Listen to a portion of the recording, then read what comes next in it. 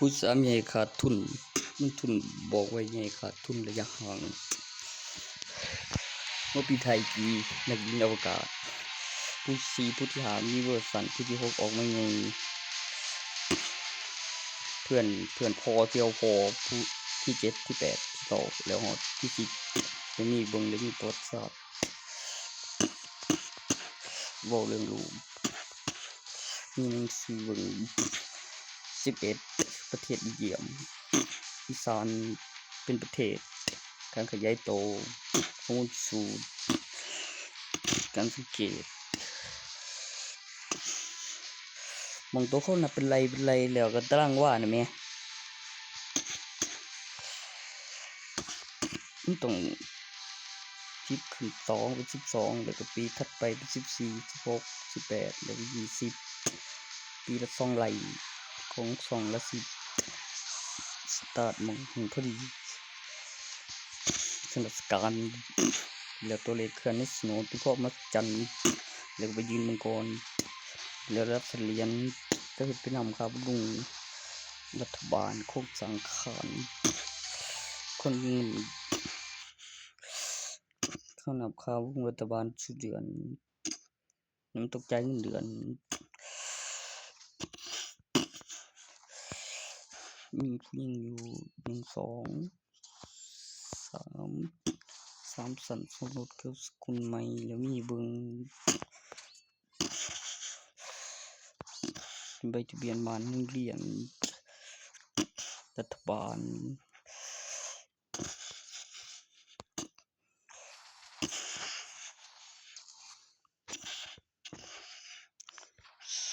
สมุด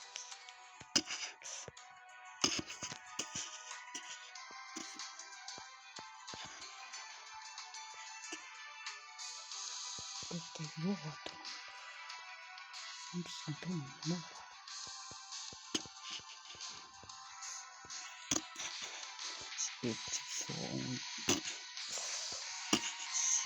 12นอนไปเต็มสมรสเวลา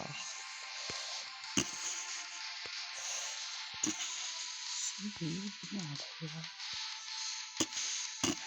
โอ้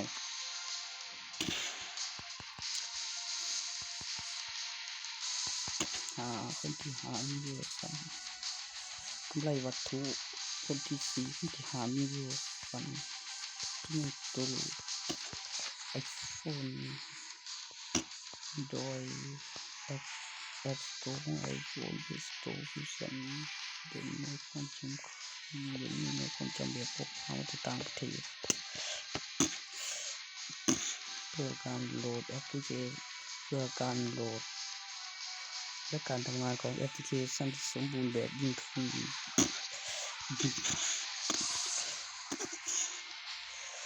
แล้วก็มีลงทะเบียนซิมนัดซิมแจ้งเบอร์หายใส่เบอร์เก่าแล้วก็ลงทะเบียนซิมใหม่เปลี่ยนสัญชาติแล้วลงทะเบียนซิมใหม่แล้วเก็บซิมเก่าแล้วก็มีโทรศัพท์รับสายครับคือเบอร์เดียวกันที่เป็นคนละประเทศ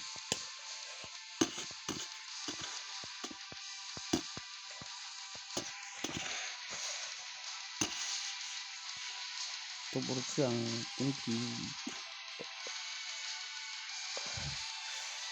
เขาไม่ดึงหม้อว่า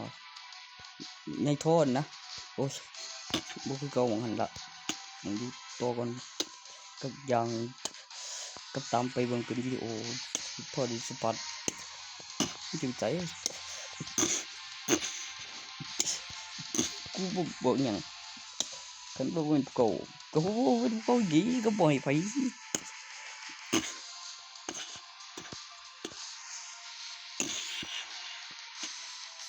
เฮ้ยบ้าจังตามปูมันไปเป็นวิดีโอนี่บ่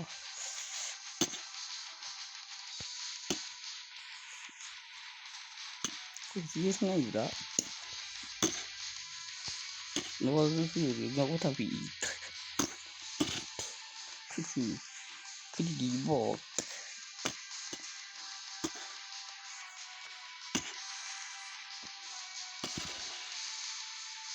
บ่ทันแล้วเฮ็ดหลายเฝ้าเบิ่งดีบ่อีหยังว่ายากบ่บ่ก็ปานใดฮอดขับรถก็เพิ่นเขียนใส่ข้างไว้แล้วกับเอาไม้ตัวขับรถมันจักไปสิได้ย้ายไปจักไปสิได้เจอหยังไปอยู่ล่ะคุยหลักฐานว่าใส่ข้างไว้ด้วย ขึ้นแม่นบ่รัฐบาลเพิ่นเงินได้เสียได้เงินเดือนที่สุดแต่ว่าคนพิการนั้นมีปันหุ้นจากประกันมันมีคนมีต้องเฮ็ดประกันก่อนอาหารเนาะมีคนมีเงิน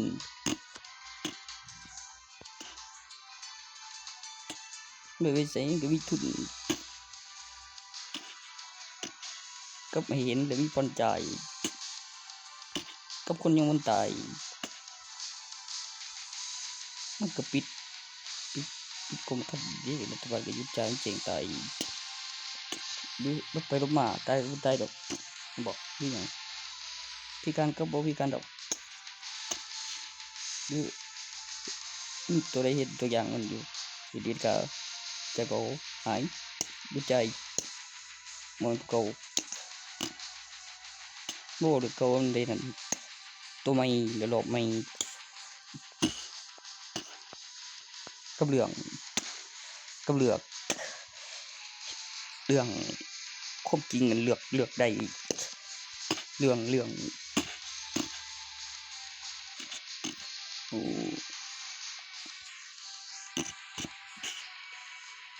ตัวนั้นมันสามส่วนตัวคำต่อได้มันก็คือว่าต่อได้เกิดจากหยังที่เขาจังได้ผ่าตัดแล้วก็ต่อโอ้ยบ่แม่นมันสาเหตุแม่สิเอาเงินผ่อนจ่ายเท่านั้นบ่ได้แม่10 ปีทุกก็ผ่อนจ่ายทุกเดือนธนาคารได้กับตัวนั้นอยู่บ่ตัวนั้นได้ผ่อนจ่ายธนาคารได้เงินทุนงอนกับคนยังบ่ตาย10 ปีก็เงินแล้วแต่คันเป็นผู้เฒ่าอีกเด้อกับพิการมันตายเกิดมาอยู่บ่ตายบ่ว่าสงสัยสิบ่ได้บ่สิเหนื่อยตาย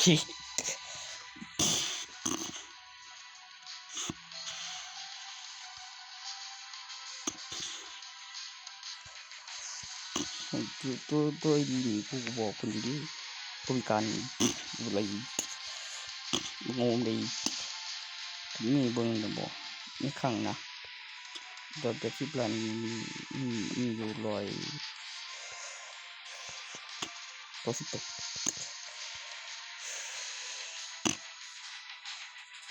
198ล้าน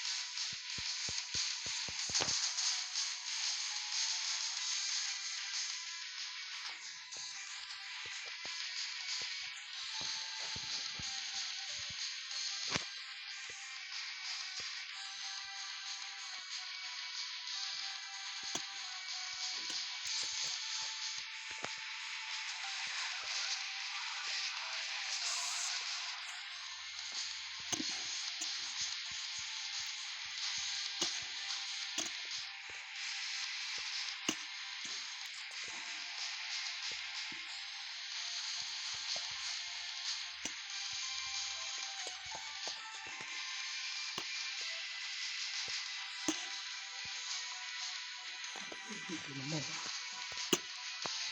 ยมันเจอตรงนี้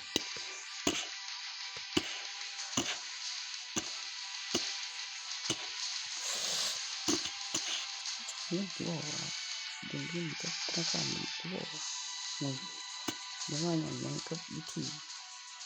นี่มันไม่ใช่ใส่ตัวมันโอ้ก็เป็นให้เขาก็บินโอ้ก็มีคนเดินไปให้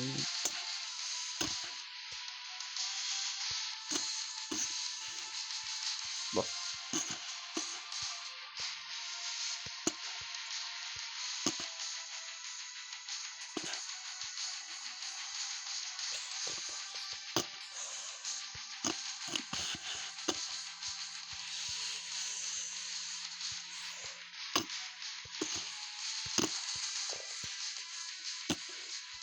โอ้โห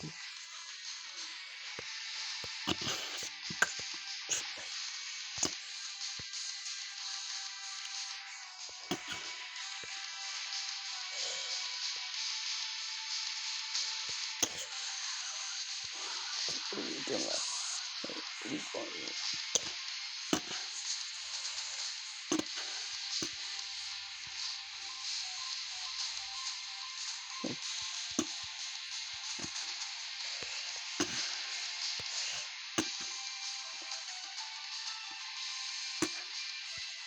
คุณทรงจรอยู่ได้แต่บุญมอน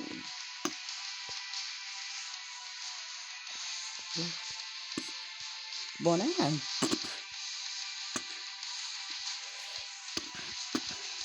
นี่เบิ่งก่อนสิจะโอ้เด้อที่นี่ก็เบิ่งบ่ไม่ได้ติดสิหรอกโอ้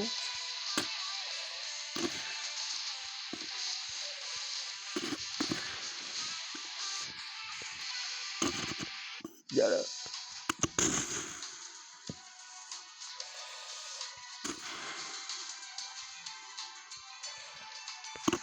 ตัวที่ซอยแล้วตัวดีเลยเอ้า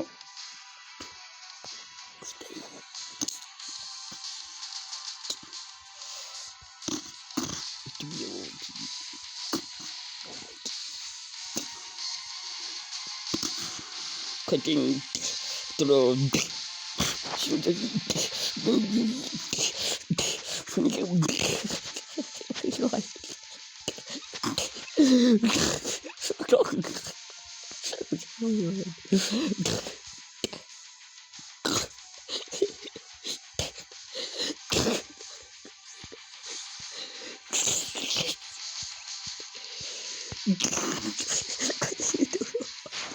oh what is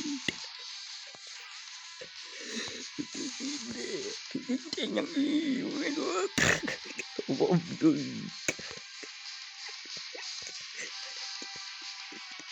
Bye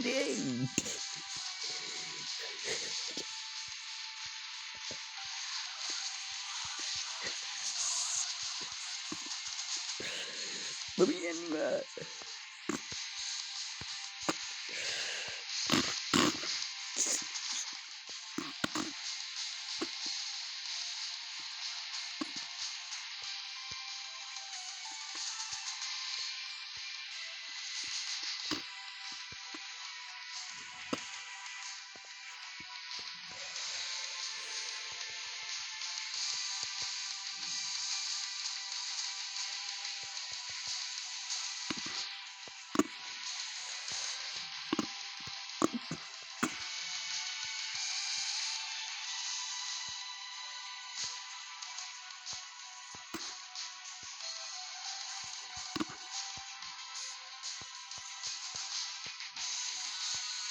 Bueno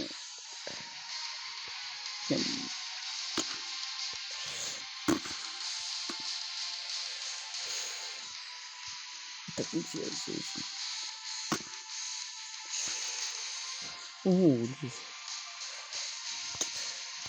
kuat tak nihตัวนี้พยานนะบอกได้จังวะเวียดนามนะบอกว่าผล วกเราก็บ่ทันได้ตายก็ปีนี้ช่วงแจ้งเกิดนะโอ้ย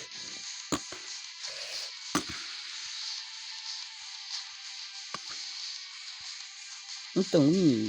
หน้าเดี๋ยวก็มีบ้านหลังหนึงแล้วดันสันมันก็แล้วมีหน้ากว้างขึ้นนำใดอีกแล้วก็เตรียมหม้อท่าแล้วก็ปั่นเดี๋ยวบ่ผิดกันแล้วก็บ่เยอะย่างสวนทางกันแล้วก็คือไปเจอนี่แหมแบบตัวหนึงหันหน้าตัวหนึงหันหลังใส่เอ้าก็กูบอกไว้ว่ากับเจ้าจัดงานแต่งเอาพยานอยู่บ่หรือบ่ได้จัดงานแต่งเอาพยานหรือเมียจัดน่ะบ่ก็จำได้คือเก่าแล้วเมียมึงมีพยานตัวนั้นน่ะประโยชน์มันโอ้ยจังสิจำได้อยู่เว้ยเพิ่นเฮ็ดเพิ่นสิกูเฮ็ดเมียเพิ่นนี่เพิ่นจะกูจำได้ผู้ใดพยานก็มีโอ้ยมึงว่ากูโง่บ่วะกูต้องบอกไว้บางหันน่ะบอกสิดีๆที่สิเฮ็ดให้หมู่แบบคือโอ้ยคิดว่าไงวะ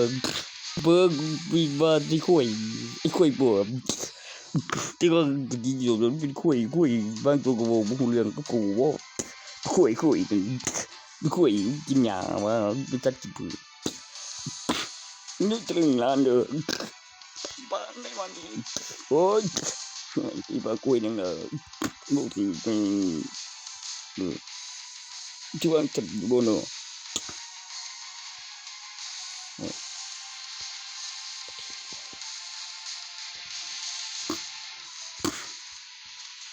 ยังไงก็เพิ่นฟื้นขึ้นมาทีละเดี๋ยวมึงที่จำเลยบ่ก็ไปบ่คือไม่ไปดอกไม่ไปไงเบิ่งจะเป็นมันเป็นจะพิกันจักโอ้เนี่ยฟื้นเนี่ยฟื้นเนี่ยเดี๋ยวไอ้คนตัวเดียว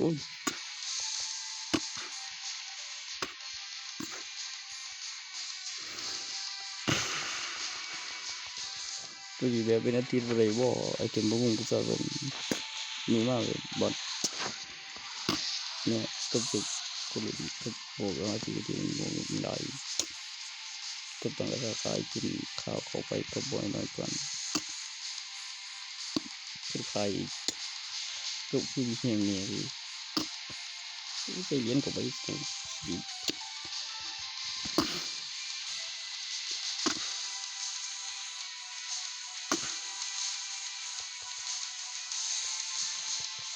จบเป็นอาทิตย์ยามจะเกิดปกติบอกเดียวราคาเสียนเนาะอาทิตย์เดียวต้องมีบอกโวยดีอันนี้มันต้องไปหาของมาขายเด้ต้องเก็บได้มาแล้วก็มีจิกสินนะซื้อก็ดีเก็บสะสมไว้ก็ได้ดีตัวนี้ก็ไปพอดีศึกษาก็เป็นเจ้าของหลายอย่างนั้นก็คือว่าเว้ยก็ว่าเฮ็ดเป็นคือเก็บวิดีโอคือเบิ่งเองอย่างนี้กูจอดคันนั้นบ่ก็เต็มนี้ถึงอยู่ภาษาไทยกับภาษาอังกฤษ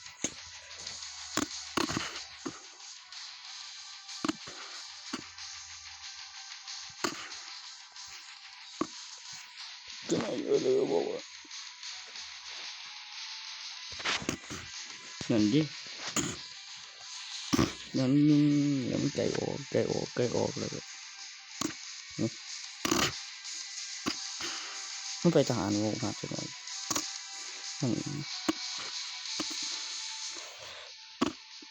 ตึกอย่างหนึ่งเดี๋ยวมาก็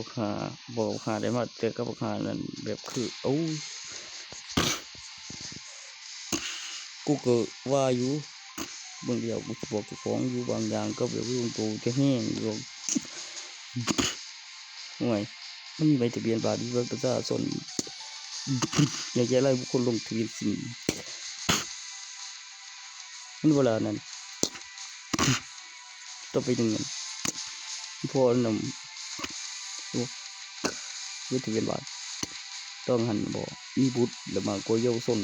แล้วโมเมนต์คดีเยาวชนแล้วพอผู้แจ้ง แล้วลูกมันผู้สู่แล้วชนะได้กับผู้แพ้ก็เสียก็มีโทษก็ศาลตามเวรก็เฮ็ดบ่ได้ก็คือไอ้แล้วมีพยานสองฝั่งก็บ่เป็นเยาวชนก็เอกสารวางขังราคาของคือตัดสินเจ้าที่แบบคือเจ้าคือองค์กรก็ได้มีเวรแต่เรื่องแล้วก็คือว่าแล้วค่าแรงขั้นต่ำนะก็เงินเดือนกับตัวนั้นน่ะคือมันสิว่าราคาของหรือเงินเดือนบุล่ะตัวค่าแรงขั้นต่ำขั้นจ้างต่อไปบ่แต่ผมพอสิฮู้อยู่กับประกันตัวสิได้คืนบ่แม่นคดีเยาวชนผู้ต้องหาสู้คดีพ่อบ่ได้ไปสู้เองบ่สู้ตีกันอยู่สิเดี๋ยวนี้ก็นั่นล่ะมันบ่แม่นคดีเยาวชนมันระดับมหาวิทยาลัยมันระดับนักศึกษาแล้วมีเอกสารวางข้างมีศาลปกครองเอกสารประกอบของราคาของยุคสมัย